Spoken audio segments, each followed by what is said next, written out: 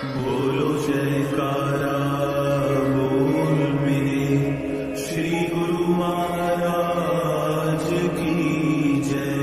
श्री सतगुरुदेव भगवान की जय। गुरुमुखो, एक बार एक सत्संगी अभ्यासी ने संगत में एक सवाल छेड़ दिया कि अगर हम सचखंड के वासी हैं, अगर हमारी आत्मा उस मालिक की अंश है, उसी का रूप है, तो फिर मालिक ने हमें अपने आप से अलग क्यों किया? और अब हम इस संसार में आ गए हैं क्योंकि उसने हमें यहाँ भेजा है, तो हमें भजन सिमरन करने की ज़रूरत क्यों है? क्या मालिक अपनी कृपा कर फिर हमें वापस नहीं बुला सकता? क्या भजन सिमरन करना हमारे लिए ज़रूरी है? और अगर हम सभी ने उस मालिक में समाना होता तो हमें भजन सिमरन करना ही क्यों पड़ेगा? हम भजन सिमरन के बिना उस मालिक में नहीं समा सकते, क्योंकि जैसे कि फरमाया जाता है कि हमारी आत्मा मालिक की अंश है, तो फिर हमें भजन सिमरन करने की क्या ज़रूरत है? मालिक खुद क्यों नहीं हमें अपने आप में समा लेता, और उसने हमें अपने आप से अलग क्यों किया? उसका कारण क्या रहा होगा? तो गुरुमुखो, ऐसे ही एक वाद विवाद खड़ा हो गया। उस अभ्यासी के यह प्रश्न सुनकर वहाँ पर जो मौजूद संगत थी, उनके मन में भी ऐसे प्रश्न उठने लगे। तो उसने यह प्रश्न संगत में जब छेड़ दिया, तो गुरुमुखो, जैसे कि आप जानते हैं, संगत में कोई न कोई कमाई वाला जीव जरूर होता है, जो हमारा मार्गदर्शन करता है, जो हमें बताता है। क्योंकि मालिक ने संगत में ऐसे ऐसे जीव रखे हुए हैं जो हम जैसों को मार्गदर्शन करते हैं, और यह भी मालिक की कृपा ही होती है। मालिक खुद ही उनके माध्यम से हमारा मार्गदर्शन करता है। तो जब ऐसे प्रेशर उस सत्संगी ने सत्संग में किया, तो उसके मन में बहुत सारे विवाद उठ रहे थे। तो उसने सभी प्रश्न संगत में कह डाले और संगत से साझा किए। तो वहाँ पर एक कमाई वाले बुजुर्ग थे, जिनको सभी प्यार से मास्टर जी बुलाते थे, और सभी उनका बहुत ही मान आदर करते थे, क्योंकि सबको यह बात पता थी कि यह बहुत पुराने सत्संगी हैं। इन्होंने तो अब तक बहुत अभ्यास कर लिया होगा और बहुत सफ़र तय कर लिया होगा। तो जब यह बात घूमती घूमती उनकी तरफ आई, क्योंकि वह भी वहीं मौजूद थे, तो सभी संगत की आंखें उनकी तरफ थी कि यह कुछ कहेंगे। तो जब यह बात उनके पास पहुंची, तो उन्होंने एक साखी संगत को सुनाई, जो कि बहुत अनमोल है। इसे पूरा सुने। एक राजा था और उनका बहुत बड़ा महल था। वहाँ पर किसी चीज़ की कमी नहीं थी, सभी सुख सुविधाएं वहाँ पर थी। वहाँ पर कोई दुख नहीं था, कोई तकलीफ नहीं थी, केवल सुख था और आनंद था। और राजा का एक बेटा था, लेकिन उसका बेटा कुछ बिगड़ गया था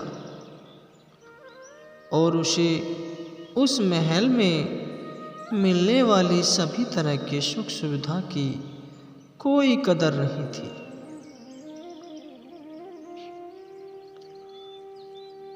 और उसका बेटा दिन वे दिन बिगड़ता ही जा रहा था। तो ये सब देखकर राजा को बहुत दुख हुआ। तो राजा ने अपने बेटे को कहा कि सुधर जा, नहीं तो मैं तुझे इस राज्य से निकाल दूंगा। तो उस लड़के ने उसी रात वह राजमहल छोड़ दिया और सब कुछ छोड़कर चला गया। तो जब यह बात राजा तक पहुंची तो राजा को बहुत दुख हुआ कि मैंने अपने बेटे को ऐसा क्यों कहा कि मैं तुझे राज्य से निकाल दूंगा। राजा अपने बेटे को मिलने के लिए बहुत तड़प रहा था। उसे इस बात की तकलीफ नहीं थी कि मैंने अपने बेटे को ऐसा क्यों कहा।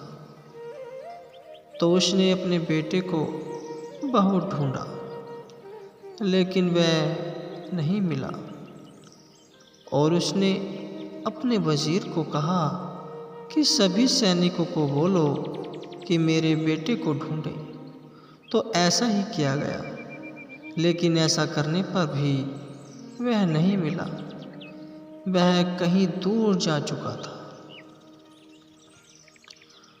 तो ऐसे ही बहुत वर्ष बीत चुके थे, लेकिन वह नहीं मिला। और राजा हर रोज उसकी प्रतीक्षा करता रहा, हर रोज उसे ढूंढने की कोशिश करता रहा, लेकिन उसकी कोई खबर नहीं थी। तो जब राजा का बेटा महल छोड़कर गया था, उसके बाद उसने भिखारियों की संगत कर ली थी, क्योंकि उसके पास खाने पीने के लिए कुछ भी नहीं था। तो फिर दर बदर भटकने लगा, मांगने लगा। जहाँ भी वह जाता उसे धक्के ही मिलते। वह यह बात भूल ही गया था कि वह एक राजा का बेटा है, एक राजा की संतान है। क्योंकि जब उसने राजमहल को छोड़ा था तब वह छोटा था और अब वह बड़ा हो गया था। तो उसे यह बात भूल ही गई थी कि मैं एक राजा का बेटा हूँ। तो वह दर बदर भटकने लगा, घर घर जाके मांगने लगा। तो बहुत वर्षों के बाद वह एक दिन ऐसे ही घूमता घूमता अपने उस राज्य में जा पहुंचा और लोगों से भीख मांगता हुआ उस राजमहल में जा पहुंचा। और उसे तब भी यह एहसास नहीं हुआ कि यह राज मेरा ही है और वहाँ पर जो राजा बैठा है वह मेरा पिता है। तो उसने राजा से भीख मांगी। जब राजा ने अपने बेटे को देखा तो उससे रहा न गया। वह अंदर ही अंदर चाहता था कि भागकर उसे गले लगा ले, क्योंकि उसने अपने बेटे को एक क्षण में पहचान लिया था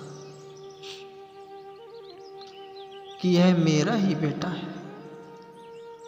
तो गुरुमुखों, बच्चे भले ही अपने बाप को भूल जाएं, लेकिन बाप कभी बच्चों को नहीं भूलता। वह तो एक क्षण में ही हमें पहचान लेता है कि यह मेरा ही औलाद है, कि यह मेरी ही संतान है। तो जब राजा ने देखा कि ये तो मेरा ही बेटा है और उसने अपने बेटे की हालत देखी कि यह भिखारी बना हुआ है, फटे पुराने कपड़े पहने हुआ है और गंदगी से लथपथ है, तो यह सब देखकर राजा को और भी दुख हुआ। तो यह सब देखकर उसने अपने वजीर से कहा कि क्या मैं इसे बोल दूं कि तू मेरा ही बेटा है? तो वजीर ने राजा को सलाह दी कि अभी यह सब कहना ठीक नहीं, क्योंकि अब यह इस हालत में नहीं है कि इसको यह सब बताया जा सके, और अगर आप इसे यह सब बता देंगे तो ये मानेगा नहीं। तो वजीर ने राजा से कहा कि यह बात आप मुझ पर छोड़ दें, और जब इसको यह बात बतानी होगी तब मैं खुद आपको बोलूँगा कि अब आप इसे कह दो कि यह आपका ही बेटा है। तो उसके बाद वजीर ने उसको अपने पास बुलाया और उसे राजमहल के अंदर ही कुछ काम दे दिया, और वजीर ने उससे कहा कि राजा तुमसे बहुत प्रसन्न हुए, इसलिए उन्होंने तुम्हें इस राजमहल में काम दे दिया है। तो वह उस राजमहल में काम करने लगा। जो भी उसे बोला जाता वह वैसा ही करता। वह राजमहल में झाड़ू पोछा सब करता था। ऐसे ही कुछ दिन बीत गए और वजीर ने उसके फटे पुराने कपड़े उतरवाए और उसे अच्छे कपड़े पहना दिए और एक अच्छा व्यक्ति उसे बना दिया। और ऐसे ही दिन ब दिन उसकी हालत सुधरती ही जा रही थी। वह जो चमक पहले उसके पास थी जब वह छोटा था, जब वह राजमहल में रहता था, वह धीरे धीरे वापस आ रही थी। वजीर ने इस पर बहुत काम किया और फिर उसे राजा की सेवा में समर्पित कर दिया, और अब वह राजा के पास ही रहने लगा था। और फिर एक दिन वजीर ने राजा से कहा कि आप इसे कह दो कि तू मेरा ही बेटा है। तो वह घड़ी आ गई थी जब वह एक राजकुमार बन चुका था। वजीर ने उसको भिखारी से एक राजकुमार बना दिया। तो जब वह राजा के सामने पेश हुआ तो वजीर ने राजा को कहा कि अब आप इससे कह सकते हो कि तू मेरा ही बेटा है, क्योंकि अब ये पूरी तरह तैयार है। तो तब राजा ने उसे अपने गले से लगाया और उससे कहा कि तू मेरा ही बेटा है। और तब जाकर उसे यह एहसास हुआ कि मैं तो व्यर्थ ही गंदगी में भटकता रहा, दर दर जाकर मांगता रहा। मुझे इस बात का बिल्कुल भी एहसास नहीं हुआ कि मैं एक राजा हूँ। तो गुरुमुखो, ऐसे ही सत्संग भी हमें कहते हैं कि तुम भी उस परमात्मा की संतान हो, लेकिन हम मानते कहाँ हैं। और ऐसे ही हालत हमारी भी है। हम भी उस भिखारी की तरह दर दर भटक रहे। हमें धक्के भी पड़ते हैं, लेकिन फिर भी हमें समझ नहीं आती। वह राजा और कोई नहीं, वह हमारा परमपिता परमात्मा ही है, जिससे हम बिछड़े हुए और भिखारियों की तरह यहाँ भटक रहे हैं।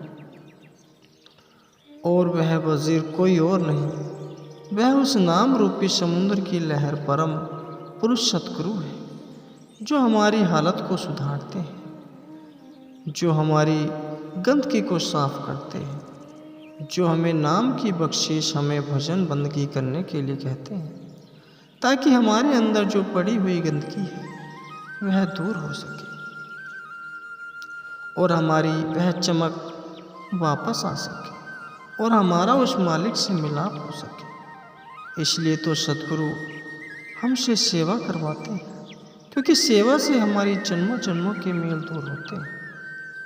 और भले ही हम में से कुछ सत्संगी भजन सिमरन नहीं करते, लेकिन सतगुरु ऐसे जीवों को सेवा करने के लिए कहते हैं, सेवा करने के लिए प्रेरित करते हैं, जिनका ध्यान भजन सिमरन में कम लगता है, ताकि हमारी हालत बेहतर बन सके और हम उस कुल मालिक में वापस जाकर उस नाम रूपी समुद्र में समा सके और हम अपने निज नाम सच्चिखंड वापस जा सके और हमारा इस जन्म मरण के खेल से छुटकारा हो सके, इस नाटक से हमारी मुक्ति हो सके।